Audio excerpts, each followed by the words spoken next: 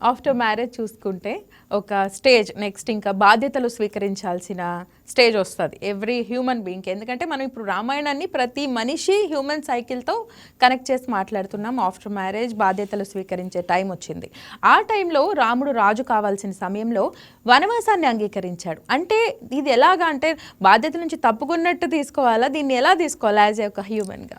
అంటే ఒక human again మన నార్మల్గా మనుషులు ఒక ఆలోచన ఏంటంటే ఈజీగా దొరికే ఏదైనా మనం వెంటనే దాని వెనకాల తీసేసుకుంటాం ఈజీగా. కానీ రాముల వారి బర్త్ పర్పసే ధర్మంలో నిలబడాలనేది. సో ధర్మాన్ని నిలబడినప్పుడు ధర్మంలో మీకు చాలా కష్టాలు వస్తాయి, అయినా మీరు ఆ ధర్మాన్ని వదలకూడదు. ఆ రోజు రాముల వారికిన రాజుగా స్వీకరించుంటే ఆయన ధర్మాన్ని వదిలేసి ఉండేవారు.